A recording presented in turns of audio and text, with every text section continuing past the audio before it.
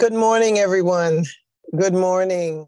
I am Dr. Amina Ali, High Commissioners, Ambassadors, Diplomats, Dignitaries, Honorees, guests, attendees, and those on live stream and from the community colleges. I welcome you to the cloud of fear, the injustice of the pink tax. This is being offered by the Federation of International Gender and Human Rights, our team members in embassies around the world. This is a rebroadcast from the CSW 6-7 Commission on the Status of Women as welcome and offered by the United Nations. We are going to be meeting with the Embassy of Pakistan, and we're going to be speaking on several topics that will be of great understanding to all of you and to many of you personally. And I welcome you to this broadcast and thank you so very much for the understanding of time and time bearance. A little bit about who we are as a federation. The Federation of International Gender and Human Rights is a social impact agency, and we are designed and defined to offer solutions for those tragedies and traumas that are affecting women and children abroad. We focus on women and children, not excluding men, but allowing the understanding of the vulnerable populations, those that are pushed behind, left behind, and labeled as other, to get the resources and valuable commodities that their community offers. We also do a great deal of training for those that want the education in gender and human rights so that they too can be an advocate in their community. So today we bring you a great program that is designed to educate you on what the pink tax is and why it is that it is celebrated in so many communities that are undeveloped, underdeveloped, and those communities that are rural and not developed. So let's give an insight a little bit to what the pink tax is. Now, as most of you know that are in foreign agencies, the pink tax is an increase in the amount of an item, service, or detail that is specifically and intentionally targeted toward women. So for example, if we have two razors, the razors that you shave your face, if there's a woman's razor that shaves our legs and private areas, and a man's razor that shaves his face and maybe his head, if it is pink or blue, the idea is that one is going to be more expensive than the other. And normally what happens is you have the pink razor that is normally more expensive than the blue razor. That is because the razor is targeted toward women and the use of women. And thus the tax has been accrued to that specific item.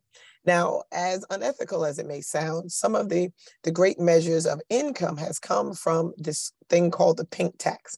Here in the United States, it's not as much as it used to be, but it's still very evident. And you see it in stores. If you go to the personal hygiene aisle, you'll see a razor. You'll see the women's razor, maybe, I don't know, $2, but a man's razor, maybe $1.50.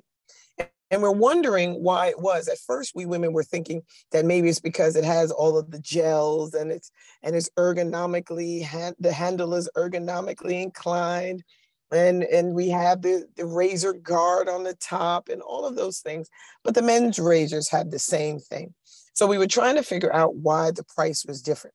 When we brought it to our manufacturers here, we almost got to a point of boycotting before they made the measure of the tax non-existent. So now here in the United States, and I'm just learning Canada, the pink tax has been almost eliminated.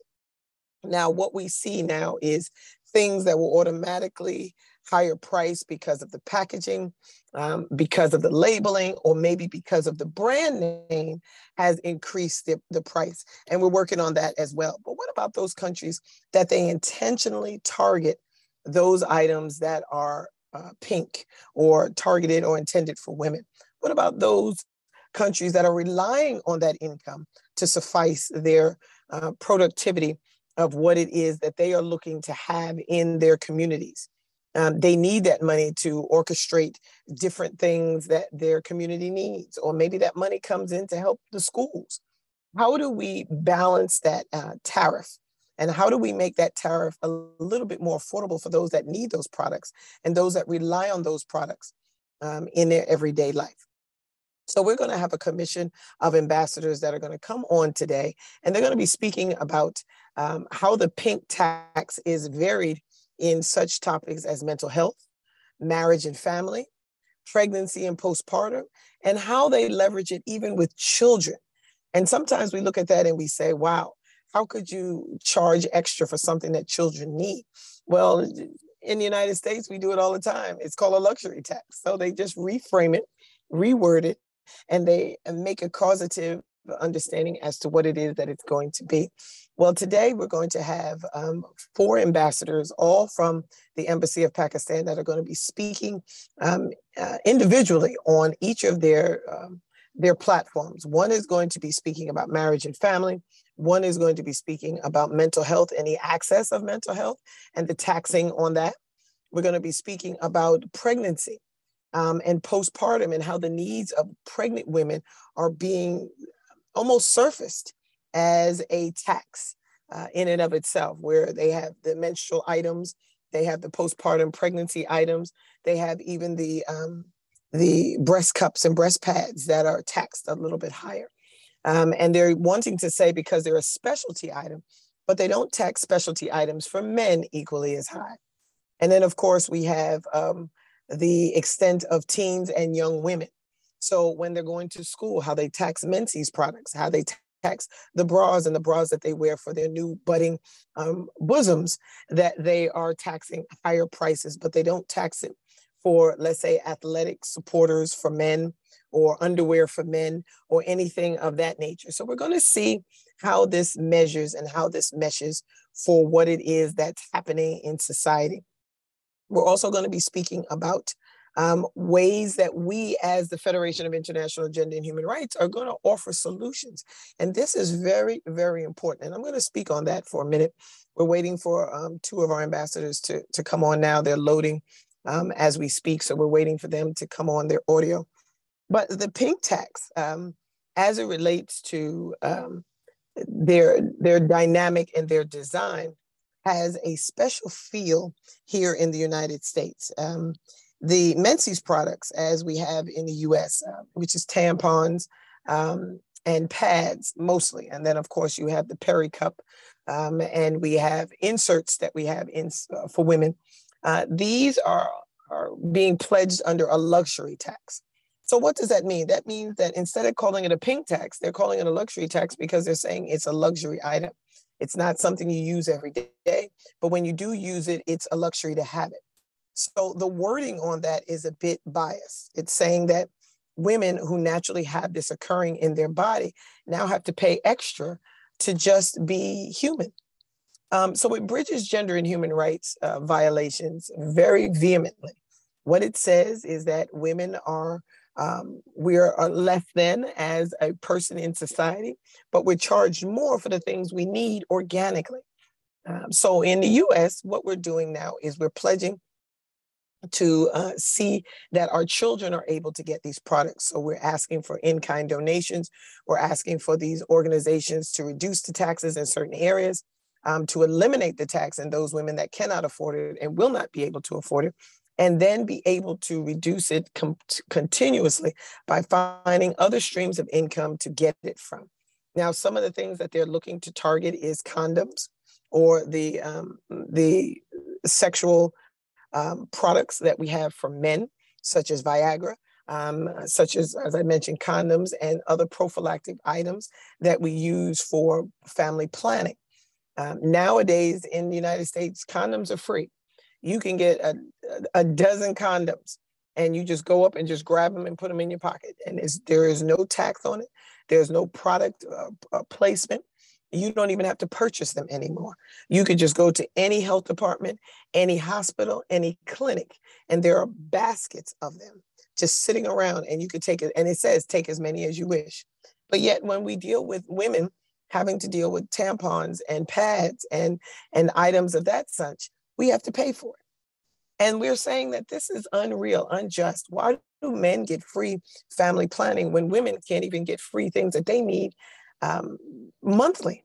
You don't have to have sex every month, but women will have a menses every month. So why are we making men get free items and women have to pay for the items that they need organically? So we are going to have a great discussion. We're going to bring on these ambassadors that are able to talk on this, that are able to touch on this topic in Pakistan specifically, and are able to allow what it is that we are going to be doing with this tax. I want to also welcome to the stage Ambassador Wissam Dodar, who is our ambassador to Lebanon, Syria, and Afghanistan collectively. He is going to be mentioning a few things about the pink tax and what it means in Lebanon. We're going to be bringing on Ambassador Dodar now to speak on this and speak on different things that can be a solution or things that can be advantageous to help us in making it fair and equitable for women everywhere. Ambassador Dodar, the floor is yours. Good morning, good afternoon to all. Here in Lebanon, it's 5 p.m., about sunset, so good evening and good morning from your side. Regarding the PIN tax, it is not applied in Lebanon yet, but there are real attempts and efforts to make some real changes in the system in Lebanon. Actually, income tax is not applicable here for almost all institutions. Only rare institutions are paying income tax, but the PIN tax is not yet applied in Lebanon. We have here in Lebanon some great efforts and attempts to introduce some changes and to improve the knowledge of people and awareness regarding GBV. For example, why to hide you have the period? Why to buy the pads and keep it hidden in a bag? Why to keep it like a secret?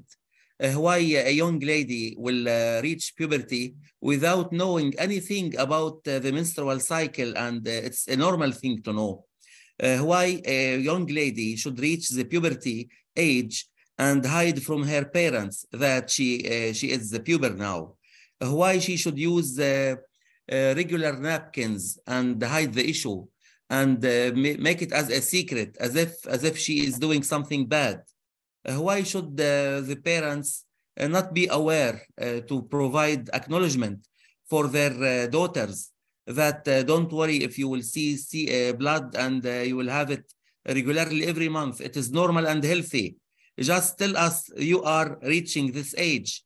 Now you are young lady. Now you are ready to inflection point in your life. Don't feel sorry for that. Don't worry for that. It's normal and healthy. By the way, menstrual blood is arterial blood, not the oxygenated blood. It's oxygenated blood. And it is the best blood in the body, the oxygenated one. Yani, parents should make the information clear to their daughters so that they will reach puberty at ease. They should be expecting what changes will happen in their bodies, what signs for puberty, that pre-menstrual time, what they will feel, what they can touch and feel that the symptoms of the menstrual cycle is approaching. And the first time the lady or the young girl will have its menstrual cycle should be prepared for that and should expect what she will have and what she will experience with no fear, with no shy, with no secrets, with not keeping this as a secret in her life. She should be well aware about everything because this is the life. But having the PIN tax in place, it is still far in Lebanon. Also in Syria. Yes. Yes. Is it now? Let me ask you a question. If it's not in Syria, is it coming? Because they're trying to rebuild. So is that something that's coming, or is that just not something that is being thought of at all? It is nothing. Nobody is talking about this issue now because of the economical crisis in Syria and Lebanon, and because of the critical situation, especially in Syria. Here in Lebanon, we have multidimensional crisis. We have economical one, political one. We have the refugee crisis in Lebanon. Almost half of the population are refugees from Syria. People are without jobs now, jobless. Everything is becoming very expensive. No electricity, like only 3 or 4 hours now a day. We can find the electricity from the provider.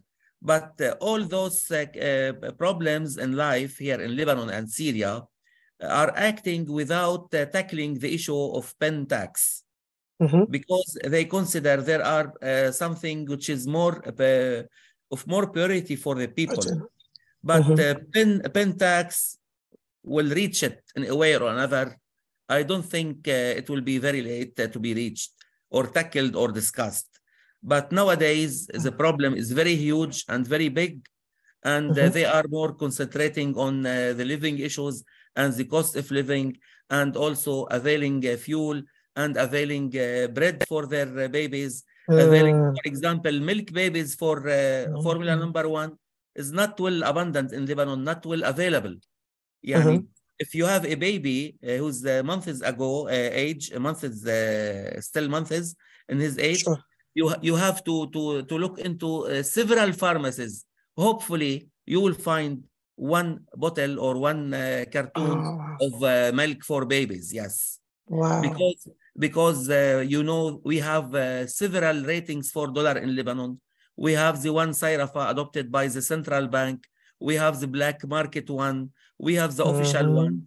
We have the dollar for mobile subscription or buying prepaid cards. We have several pricing for dollar, and every moment we have a new price for dollar. It's up and down, up and down. So people are concentrating on living issues now, and they are not concentrating on the essential issue of pen tax or availing some support for some needy refugees in this way to cover issues related to GBV. Unfortunately, the current situation is like this. Unless having a project to fund or support issues related to GBV, the activities are carried in Lebanon. You can say there are no activities unless if they are funded by some donors, generous donors, or through funded projects. Wow. Wow. That is amazing. And I love the fact that and I know you have iftar now, so you can go ahead and go. Thank you so much, Ambassador. I'm going to comment a few minutes while you're breaking your fast. But there is a huge piece that I admire in what Ambassador Wissam Dodar, who of course is the mission ambassador to Lebanon. He's also covering Afghanistan and Syria during this trial and crisis. So we have great respect for him and the work that he is doing. But there is a great piece that I've respected in what you were bringing to us, Ambassador, that there is a greater need for the people to see this in a greater light. So, you know, there's greater importance than the pink tax. And this is one of the things that I've always said here in the United States, that there should be a greater importance on the things that are definitely needed and deserved. For us to be such an industrialized nation, we shouldn't have a homeless problem. We shouldn't have a refugee or asylum seeking problem. I mean, we're supposed to be so industrialized and so commercialized to be the haven of a better life that we still have these mundane problems. And I say mundane not because the problem is mundane, but because we are so industrialized, it should not be something that we should have to actually be dealing with. Pink tax to include, with all the money that's being made, why are we taxing the things that just are meaningless in taxing? So when I say this with great passion and empathy, that I applaud the people of Syria, of Lebanon, and of course Afghanistan, because these are the things that we're looking towards seeing. We're using this as an example. There are more important things that you can be utilizing that money for. The dollar currency is fluctuating up and down. The things that we need are being taxed. It's so heavily and it's so great. And these are the things that we need to look to better our economy and better the things that the people are using. If the people don't have the money, they can't support the economy. And if they can't support the economy, even the basic things, they're not going to be able to get. So these are the things that we should be focusing on. And thank you so very much for bringing that to light. And I'm glad you brought it on this platform, because we have students from Columbia University. We have Hofstra here, Hostas here. We have Fordham and we have NYU here today on our live stream. And these are the things that these students need to hear, especially those that are going to be going into international foreign policy. Some of them are going to be joining you in Lebanon. because we have a Lebanese delegation here that is probably going to get educated here and go back to Lebanon, which is one of the biggest things that we're looking to do, is to bring the education from the U.S. to back home, or to wherever they are, Syria, Afghanistan, or Lebanon, and be able to help. So this is really, really huge. I know that they are on board to come and help. They want to work with the UN, so they're going to be coming on to you, Ambassador Dodar, who is also, by the way, a UN ambassador in his own right. He represents the delegation for the United Nations for Lebanon. And this man has been in true concert with women, with sexual and gender-based violence and rape crisis, and rape trauma for over 30 years. So he brings a wealth of information on the women's front. He is a true pioneer, and for him to be able to stay in it for this long says that not only is he doing the work, but he is to be commended. So I thank you, Ambassador Dodar, for this kind and very generous offering that you gave to us today. We're still having connection problems in Pakistan as we speak. So what I'm going to do is, in the interest of time, if they're not able to make it today, we still need to get the questions answered. So I am going to go through the questions that we had for the ambassadors, and I'm going to see if I can get a few of them answered here in the interest of time. And then as they come on, we'll just continue the round that way. One of the questions here is, when we think of women, the first thing that we think of when we come to mind is this woman growing up and getting married. And one of the great things that come from that is knowing that she is going to be in a great delegation of women that need certain items and certain things through her marriage. And these things happen to the best of us, the most common of us, those of us that have been married for 30 days, or those of us that have been married 30 years, but what happens when mental health and the need for mental health comes into this thing called marriage and family? One of the things that I know specifically when we deal with the pink tax as it relates to marriage and family is that there's a higher tax, oddly enough, on women seeking counseling. Why is that? Because there's a duality to that. They want to use this luxury tax, as they want to call it. They want to reframe it now. And they want to use it because they're going to be, women that go into therapy are not only going to be going to therapy for themselves, but they're going to be going into therapy for their family. So they always come with a two-pronged status to them. So it's not just Amina coming in to have a therapy session with her counselor. It is Amina coming in to have therapy with her counselor for her and how it relates to her family. So one of the things that we're noticing is that the counselor's prices for women are slightly higher. We're noticing that they're having women come on a little bit longer. Some men have a 50-minute cycle. Normally, the counseling time is about 45 minutes to 50 minutes. They're saying that women have to have at least 90 minutes. So they're charging extra for the time. They're charging extra for the counseling, and they're saying that women need more time. Now, is that fair? Let's look at it from two angles. Yes, the extra time is nice, but is it fair? Is it fair to say that we must take that time and then we must be charged for that time? Is it fair to say that we are coming in with a duality automatically, even if we're not married or we don't have any children? Is it fair to just impose that upon us? Suppose we need to deal with not being married, or suppose we need to deal with being divorced, and we're not dealing with a family per se, or we're not dealing with the marriage per se. We're being forced and taxed accordingly based on what they feel we need to have. So this is where it becomes unjust and a bit unruly. Some women are complaining that they only need the 50 minutes that is allotted and given to men. And some women are actually saying, why aren't men given more time? Maybe if they're given more time in that space, maybe they'll be better providers and better caregivers and better advocates for the family. But women are being tasked to be these advocates and given more time because it's assumed that we're going to take that information and be the backbone and the strength for the family. So what does that do to the level of trauma that women have? When we know that we're being forced to pay a little bit more. We're forced to stay on this call a little bit longer. And we're forced to task this information to be the backbone for the family. What does that do to the trauma that we're already being counseled for? So if we're depressed because we have so much on us, isn't that putting more on us? Isn't that allowing us to be a little bit more threatened internally, per se? And isn't that being a thing that is allowing us to be seen as being stressed a little bit more? So one of the things that the Federation of International Gender and Human Rights is seeking is we're seeking more counselors. We're seeking more counselors that are a little bit less biased to this ordination that is coming into play with this pink tax or higher prices, longer times. And we're allowing the women to choose. Do you want the 90-minute session? Do you want to stay at the 50-minute session? And being charged accordingly.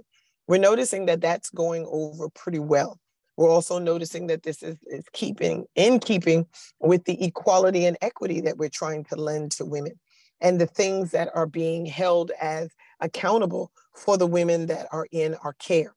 We're also looking to have women see a greater tomorrow with financial pieces, that we don't have to be taxed so much and that there isn't a larger demand on our finances and our income to have the same care that men are given.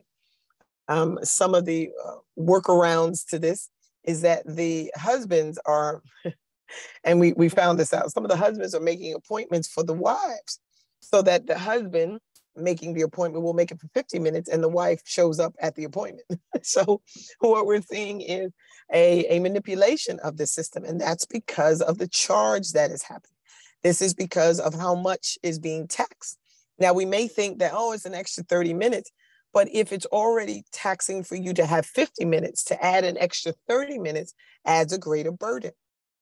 And when it's required to have this, when it's required to be in this space, or even if you cut the time short while you're in this delegation, you're still being charged the same amount. This is when the greater stress is coming on. And this is what we're seeing as a great proclivity to the things that the women are seeing and that the women are dealing with. So what is their answer?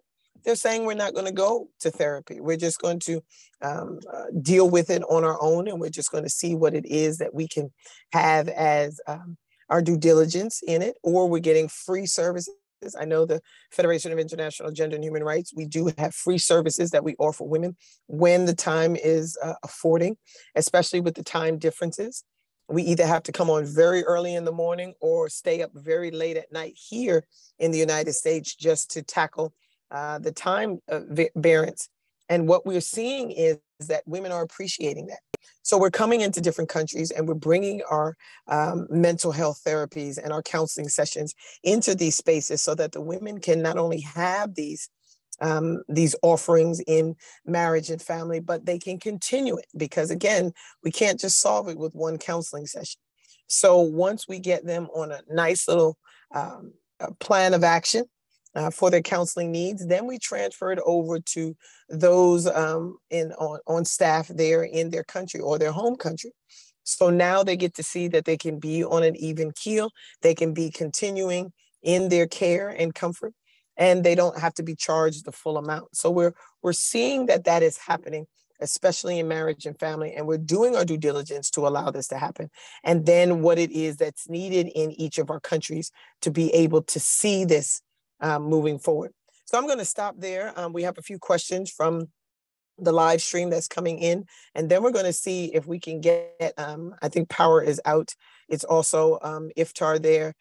In Pakistan, I'm learning, so they're breaking their fast. So once the power comes up, I hope we will have our delegation come on. If not, we're going to go to a few questions. One question is from Fordham.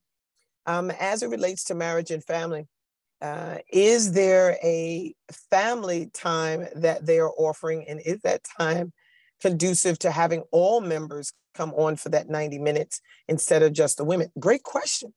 The question is, since the 90 minutes is a requirement, can other family members come in during that time, or can the husband and wife come in for that same time since it's a marriage thing? That's a good question. Here in the United States, of course, the answer is yes. But if they don't have the the load capacity in certain countries, or if the bandwidth is not apropos for that, then they may not be able to come on. You know, you may not be able to have 2 and 3 people on the same call. Normally it's a Zoom call like we see here, where there's a counselor on one end and then there's a participant on the other end, and they have the therapy session this way. So the load capacity may not be as great in certain times of the day, certain areas with the electricity going in and out. They may not have the ability and the capacity to be able to do this. And then they may not be able to have the availability of everyone coming on because the husband may work, the mother may not be in the area where the electricity is, or the children may be in school or whatever have you. So that is a great question. And what we're seeing is that we have to make ordinate time available for each of the family members. Now, it would be great if we could have a group therapy where each of them talk and, you know, they speak their piece for a few minutes, and then we give them solutions to the mental health piece. But unfortunately, that's not the case in a lot of situations. And we see that happening often. Another question is, oh, that's the same one. Okay, so can we build in time? Okay, so I'm going to go to Columbia. Columbia University has a question.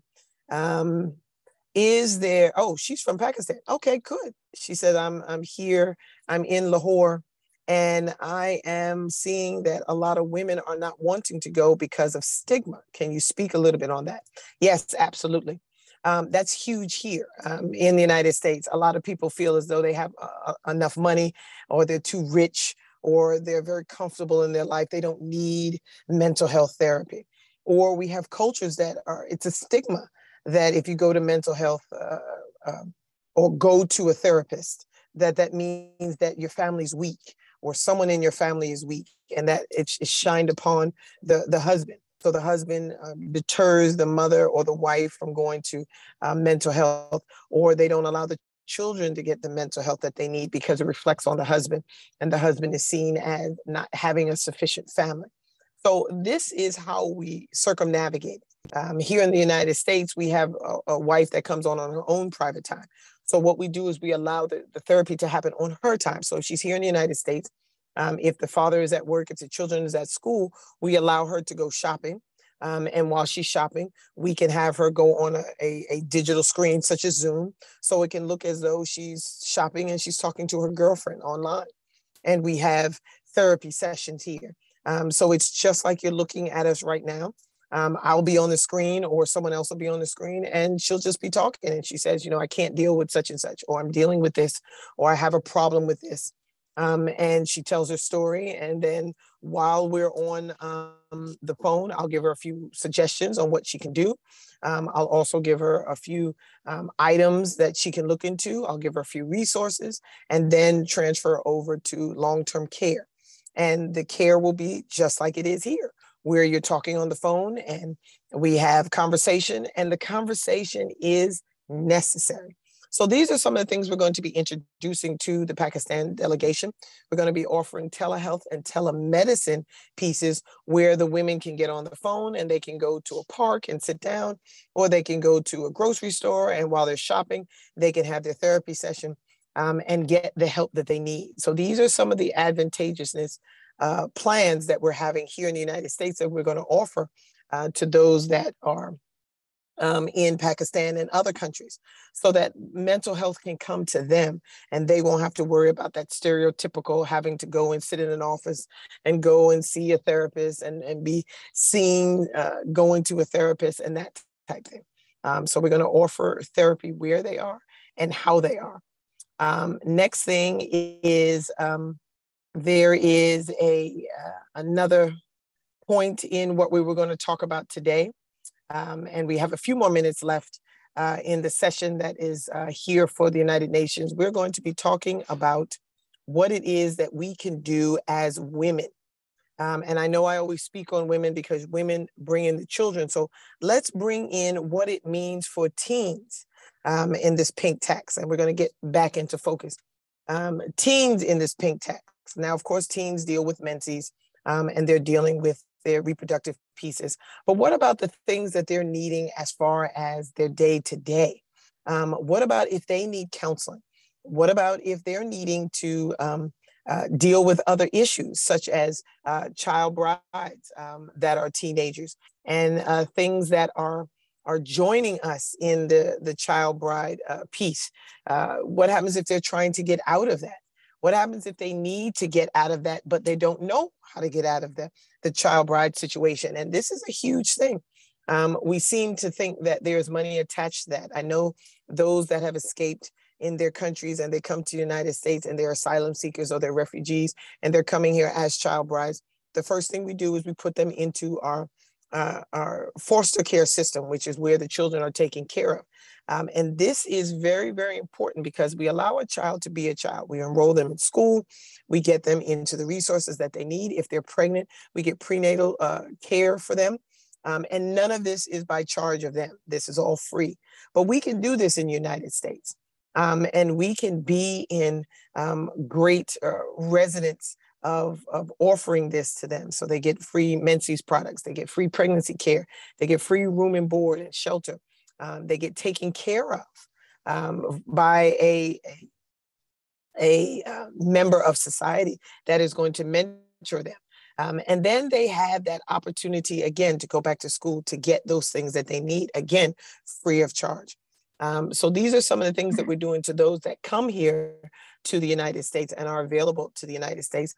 But what about those that are in places like Syria and Afghanistan that we talked about, that aren't able to get these things, that are in Pakistan and those areas that are not able to get to resources as a child bride, or those that are able to get to those resources as a woman dealing with FGM or birthing through fistula, and these things that are necessary? What are we doing? We have our first speaker that is coming on. She is mission ambassador to Pakistan. Her name is Ambassador Ghazala Khan. She has her PhD as an entrepreneur and a fellow in maternal care policy. She's an author and entrepreneur for policies and strategies. She's an expert and certified in leadership mindset. She's a coach and certified in human rights as a consultant, and she's working on women empowerment on SDG 5 and 6 since 2019. I welcome you, Dr. Ghazala Khan, and I'm going to give you your first question. When we think of women, we already touched on this a little bit, but when we think of women, the first thing that comes to mind is marriage and the great things that come from that. But tell me what happens when women need mental health, and there aren't many options for her in the community. What is she left with, and how can we help her? Dr. Khan, the floor is yours. Assalamu alaikum wa rahmatullahi wa barakatuhu, and a very good evening. Wa alaikum assalam wa rahmatullah. Thank you so much. First of all, yeah, actually it's Ramadan, so it's just the fasting time, so that's why my team is coming a little bit late. That's okay.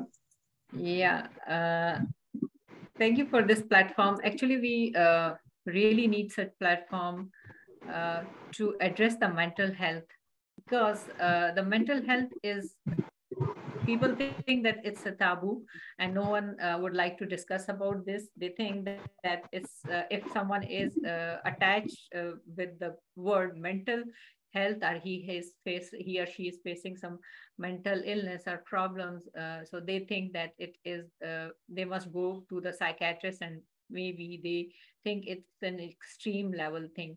So first of all, we have to spread the knowledge, or let the people know that there is difference between having a person who is insane or a person who is just going through some trauma. Here is a thin line that people cannot differentiate between these two things.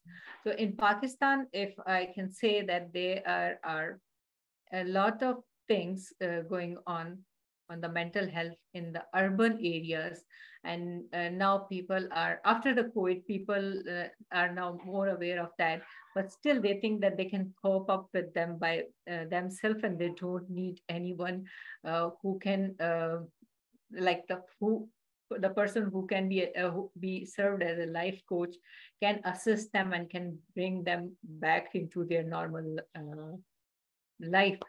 So in rural areas, it's too much because there's not any awareness about the mental health.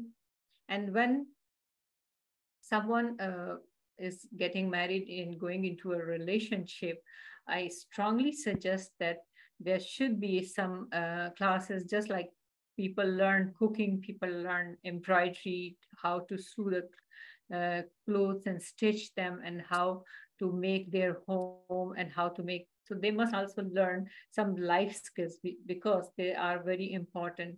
In the previous time, we learned these things from our elders and sisters, and because when we had our joint family system, so grandparents, grandmothers are the source of information, and they provide these knowledges, these wise words of wisdom to the girls. And these were very supportive and helpful for them. But now the Pakistan, even they are turning toward a single unit family system, and more are in just like living with the mother and father, and both are working, and sometimes mother couldn't get the time to educate the daughter about, like, if she is going into a new relationship, so what she has to do and how to cope this, and what are the symptoms. There are a lot of things which they need to address. They think that once the girl is married, so it's her task to settle all the differences, are to get to know the mindset of others. It's difficult because when the boy and girls who are grown up into two different atmosphere, in the different scenarios, different backgrounds, different cultures, uh, eating habits, even the education, and even sometimes environment. So when they come together under one roof in a one room, it's like for them to understand each other is very important, and let them know. Even the boys should be educated on that what are the borderlines for him, what he can expect from the girl, and what the girl has some expectations from the boy. So these are the topics which need to be addressed. Even in Pakistan, these are they never think about this in this way, because it leads to the big problems. Once there are too much expectations, but there is nothing like that. They know the personality of each other. They don't know the belief system. They don't know what are their values, and on which they are standing. That's right. And once they know each other, so it's easy to understand that what is my boundaries and what is the boundaries of other. And if we cross this, so what will happen? So the first step should be, first step should be this. And you know that if they don't care of this, and girls can be go into the after the childbirth, postpartum mental health problems. It can be a depression, it can be a anxiety, and it can lead to the big problems. And when she didn't find any way how to cope up, so she can behave abnormal, and they can send at the end they can send them to a mental asylum or a mental hospital. So okay. Yeah. Thank you. I really appreciate that. There is a huge piece that we need to get involved with in that. And that's one of the things that the Federation of International Gender and Human Rights is going to be working with you with that as mission ambassador to Pakistan. So I think that just on the interim of knowing that this is true and right, I think there's going to be great headway that's coming aboard for marriage and family counseling, maybe a telehealth, telemedicine piece that we can establish and put forward. Really quick, before we go to Diplomatic Ambassador Farheen Lodi, there's a question for Columbia University for Dr. Khan. Dr. Khan, she says, is there, okay.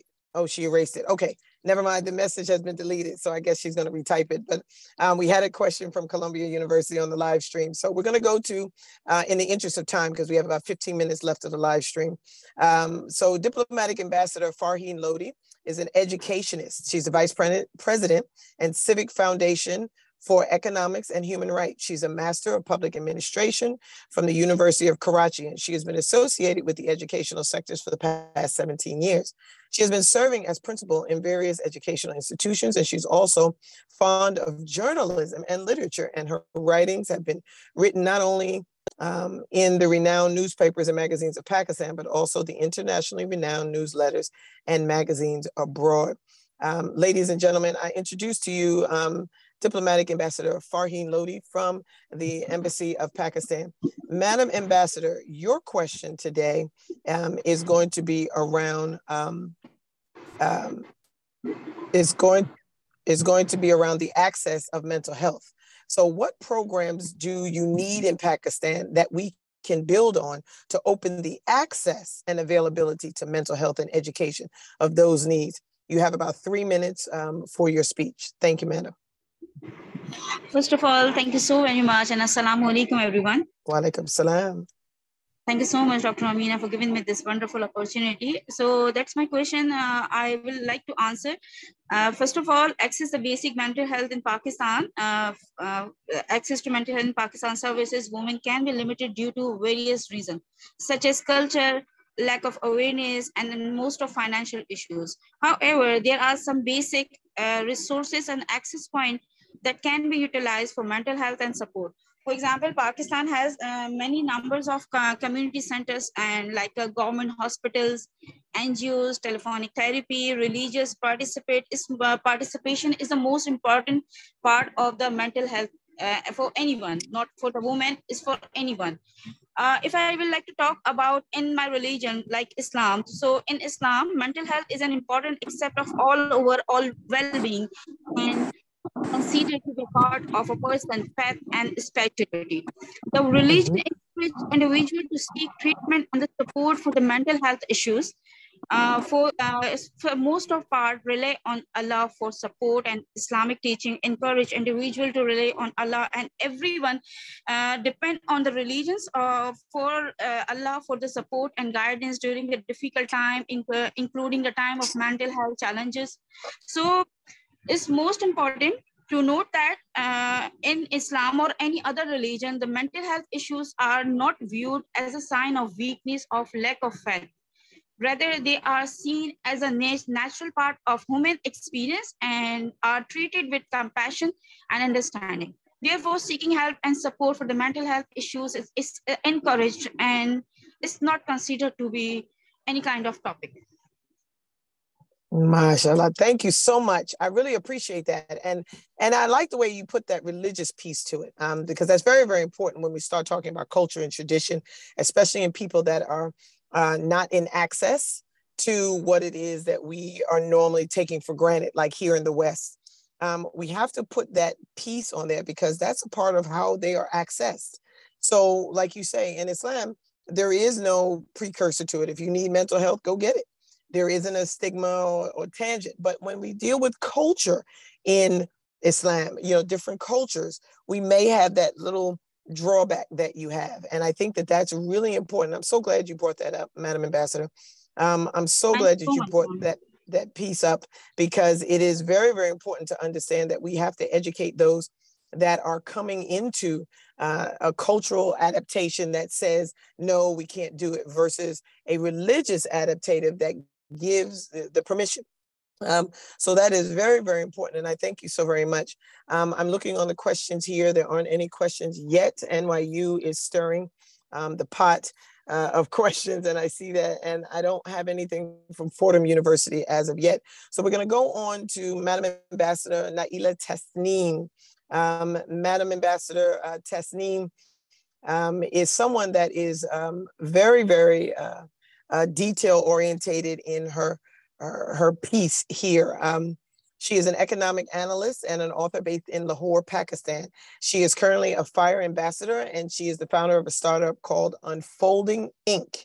For the past few years, she has been performing advocacy on women empowerment, human and gender rights, and skill development for the youth. She has been featured in global publications across the world and is passionate about policy analysis and on international development of mental health and climate change. Madam Ambassador Tasneem, you can unmute your mic And your question today is, with what Madam Farheen Lodi mentioned, tell us, one, what are teens and young women facing in this crisis? And two, how can we extend that table to access them? If you would, please, the floor is yours. You have 3 minutes for your speech. All right. Thank you so much, Dr. Amina. Assalamu alaikum. Walaikum salam. Good morning, everyone, and Ramadan Kareem to all of Muslims, brothers and sisters who are celebrating. Greetings of peace to everyone. Thank you so much, Dr. Amina Ali, for having me and giving me the opportunity to discuss mental health, as I've been associated with FIRE, and I was also able to become a peer mental health advocate myself. And it is something that affects young women and girls deeply. And I would like to discuss it in in a perspective of different areas of their life where I think it impacts them.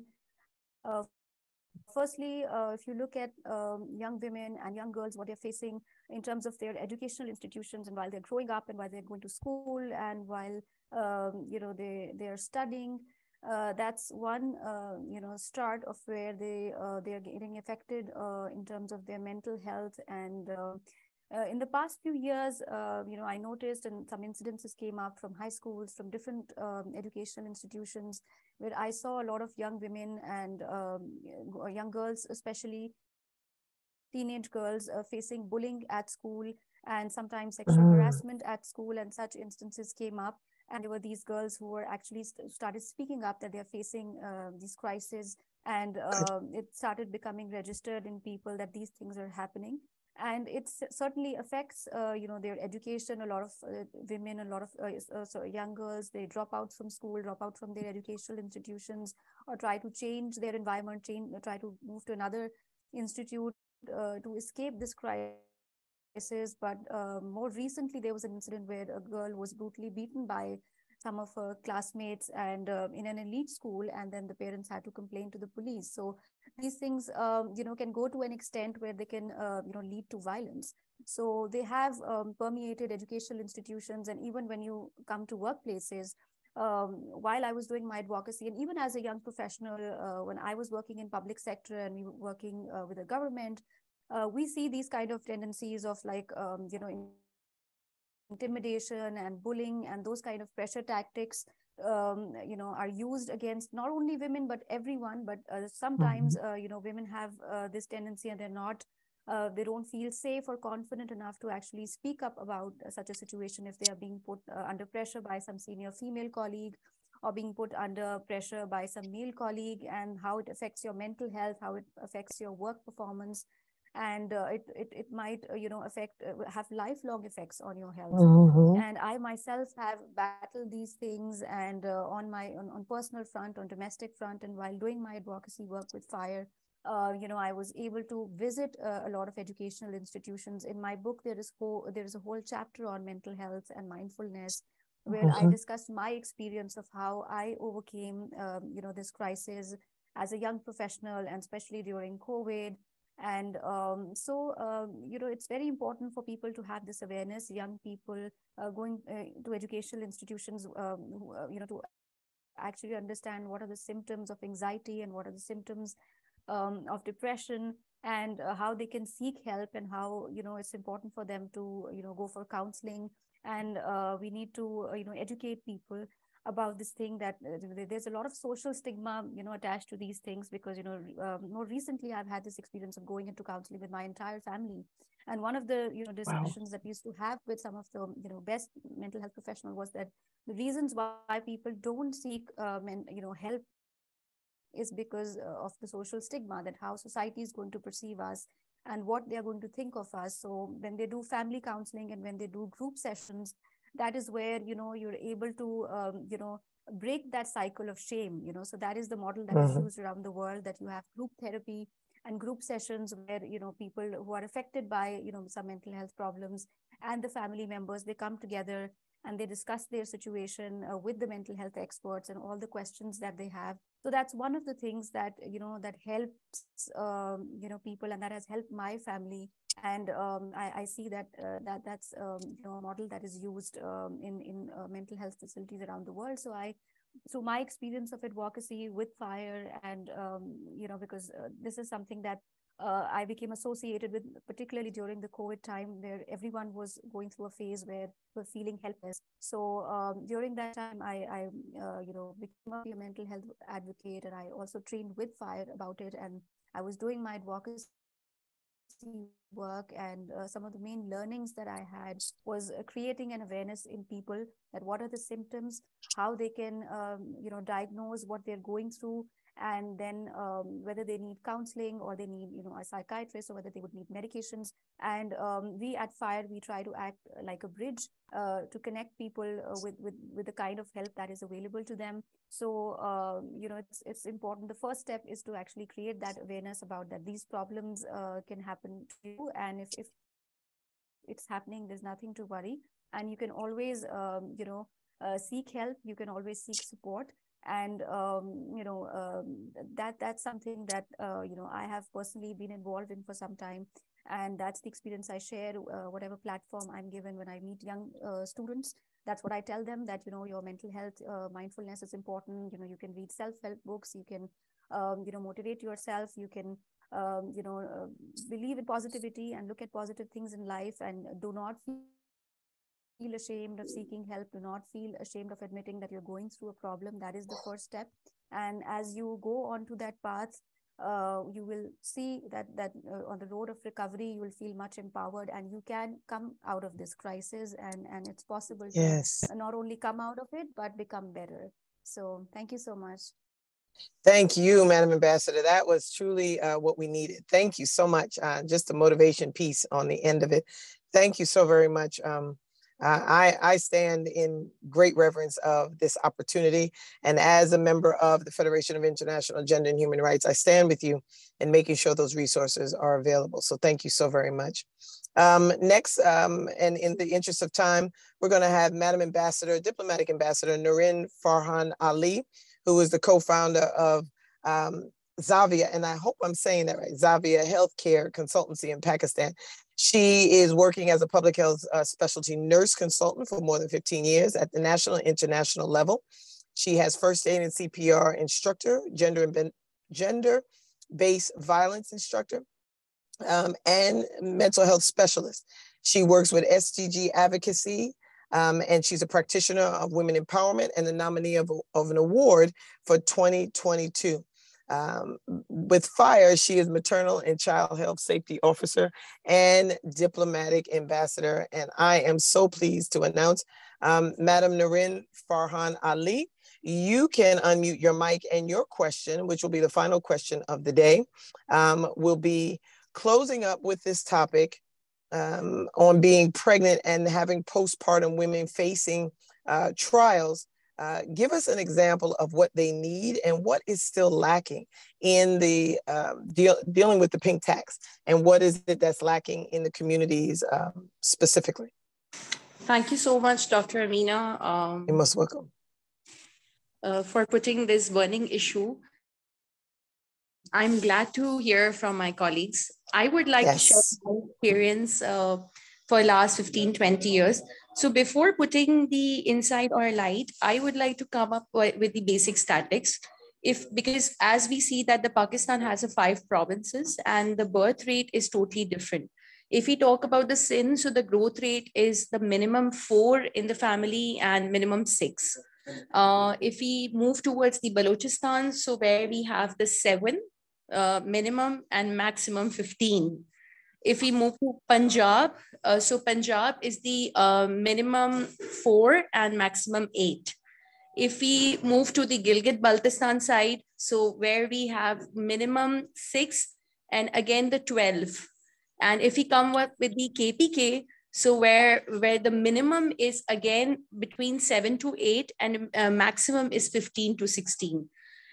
And this is the high birth rate actually, where I believe that which is very devastating. And if you look into it, because there's a weak referral system, I would like to keep in light on the MNCH model, which talks about portability, accessibility, and to looks, because where the social culture perspectives comes across, and especially if we talk about the male dominant society, so where the female is not able to take the decision to just go to the RHC or the BHU or the primary healthcare sites, where the distance is minimum, if we talk about, so where the distance the women have to travel almost to 5 to 6 hours minimum to reach, if we talk about the Balochistan, so where the traveling, it's like she has to reach 4 to 6 hours to reach to the clinic, right? If we talk about the Sindh, so yes, in Karachi, yes, in every 5 kilometer dar, the clinics are there. But on the other side, there is no expert, the midwives or the LHVs. There are most of the hawkers or the untrained TBAs are working there. So apart with that, where the TBAs are making the malpractices, I just would like to put in, if the female tripped over where she has a low economic status, because I've like if you put the highlight on the Pakistan status, so where like the GDP is minimum more than 15K, that's it, which is the 15,000 a month. Minimum, not maximum. If we talk about the lower sides, the lower social community, right? Where the more like we have the early child concepts, early child marriages are taking place, where after the first menarche, so the female is getting the married. She has to get ready for the fertilization, and she take as the side that she's the machine to give the births. On the other side, the cultural, to having the more babies is just that the family wants to have a male baby to carry their names and their family. So there is a less acceptance, whereas if you compare to the urban society, they are like well educated. And I always believe that pregnancy is the stress, actually. It's the stress, because where the child is being happily take over, on the second child is eventually a burden, because to running after all the financials, running after all the things. And even if you talk about actually, if we talk about that, even in the early childhood, or the women who are menstruating, that more than 50 million females are unable to access even the basic commodities, which is the pad, right? On the other side, the female are so much malnourished. If we talk about that the rate of the malnourished in Pakistan is more than 45% among the early child, and even the women who are in the remote area side.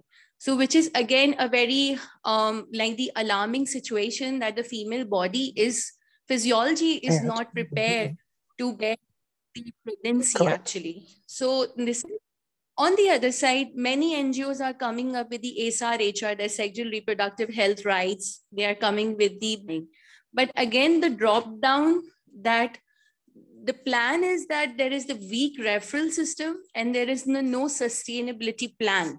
Where they open the clinic in the far-flung area, they don't train the master trainers or they don't work with the stakeholders.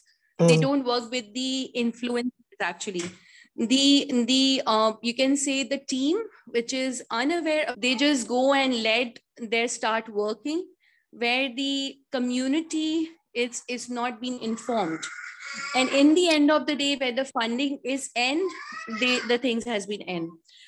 Sure. About the postnatal depression, the 60% women has been ended up with a postnatal depression, if we talk about the statistics of Pakistan. So because they think that this is totally something which is there been wives, and everyone has been going through with this.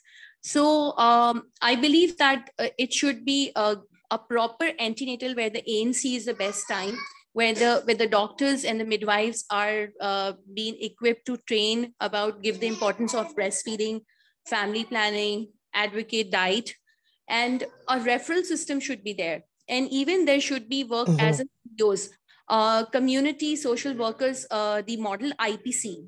that is the interpersonal communication model should be implemented in the sites of the Pakistan, where the system of the community midwife should be reached towards the home delivery for the safe Yes. and normal sites. So we need to be encouraged to come up Correct. with the, because that the people are like, there's the mafia people, like they take pregnancy as a disease. So according to WHO, Dr. Amina, we have only 4 visits, right, in the ANC. Apart with the Yes. the female has to visit almost 15 to 18 times to the physician. And she ended up mostly with the cesarean section. Although cesarean section has come up with the less fertility rate, but only the low cost of vaginal delivery should be taken, and has to go. This is a normology process. This is not like something that abnormal she's going with this. So where the couples counseling should be encouraged, there should be mass medias should be active with this. Midwives should be know their work, and there should be the synergy among the, I must say, the PMDC and PNC should be work together, the system legal bodies, to develop the come up with some referral system and the sustainable models actually. So I'm very blessed that I am working with the different communities where we are creating their own people to train them, and they can access their people because they are more comfortable to talk in their language. They are more comfortable to perform. We cannot travel and go. We are available on phone calls. We are available on the video calls to guide them, to help them, and to assess them. On the other side, this is a good strategy that the people should be reach out on the normal side of it. So this is, I think I have a less time, but there is a lot to talk about actually. That's right. As a midwife, I have a lot to say. So absolutely. I'm with you. I'm with you. And I know Queen Mother would have a lot to say behind that. She would come right behind you and comment on it. I know. And I thank you. I thank you, Madam Ambassador. It is such a good time. It's good to see you guys again and see what it is that you're doing. But unfortunately, our time is up. What I want each of you to do, if you can, put your name, your email, and your site in the chat box while I close up the meeting. And what I'm going to do is send that information over to the different universities so that they can reach out to you. But just letting each one of you know that each of the ambassadors are on LinkedIn, so you are able to get them on LinkedIn. You can go to their profile page, their name and their email is going to be in the chat in a few minutes, but go to LinkedIn, friend request them, and then ask them all the questions, because you're the students. You're the students that are going to be coming behind them to help them do this program. You're the ones that's going to be taking the next step in the next direction to help them. And I want to make sure that everybody is able to have this availability. And these women are powerful in their own right. They have their own businesses. They have their own respective challenges, but they also have the ability to get things done. So I want to make that perfectly clear that these women are the ones that you need to see and be about when we are dealing with these matters: marriage and family, access to mental health, teens and young women, and of course, pregnancy and postpartum. These are huge pieces that we have to tackle with this pink tax. But unfortunately, our time is up. I'd like to thank the good people at the United Nations for doing this for us and being able to have this as front and center stage for the CSW. We will have this link uploaded and it will be sent to you, and you will have your official program for CSW, and it will be uploaded to the back channels here so that it will be seen through those that are doing the SDGs, those that are here with UN Women, United Nations, and WHO. So definitely, you will have a great following. I want to thank Ambassador Wissam Dodar from Lebanon, who represented Lebanon, Syria, and Afghanistan in the same measure. And I also want to thank those that were on the live stream and those that were able to see us live stream through Fordham University, Columbia University, and NYU. We also had Hostas University, which is a small community college that is majoring in gender and human rights, and they are doing their best to have a great collective. There's only like 10 of you in the group, but I thank you, and I thank you also for joining them.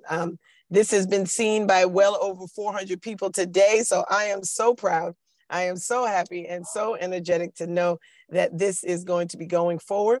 Madam Ambassador Naila Tasneem, Madam Ambassador Dr. Ghazalia Khan, Madam Ambassador Farheen Lodi, Madam Ambassador Naren Farhan Ali, thank you so very much for being here today. Thank you for spending your time, and thank you so very much for all the work that you do. It is now made official, and you have internationally been toted on today, and I thank you. And the world thanks you. Please keep doing a great job for what you're doing. Ambassador Dodar, thank you again for your information. For each and every one of you that joined today, look for this link to come up in the next, probably by the end of the week. It'll be edited and it'll be up on YouTube so that each of you will get a copy of it. But thank you again from the Federation of International Gender and Human Rights. We'll talk to you soon. Be well.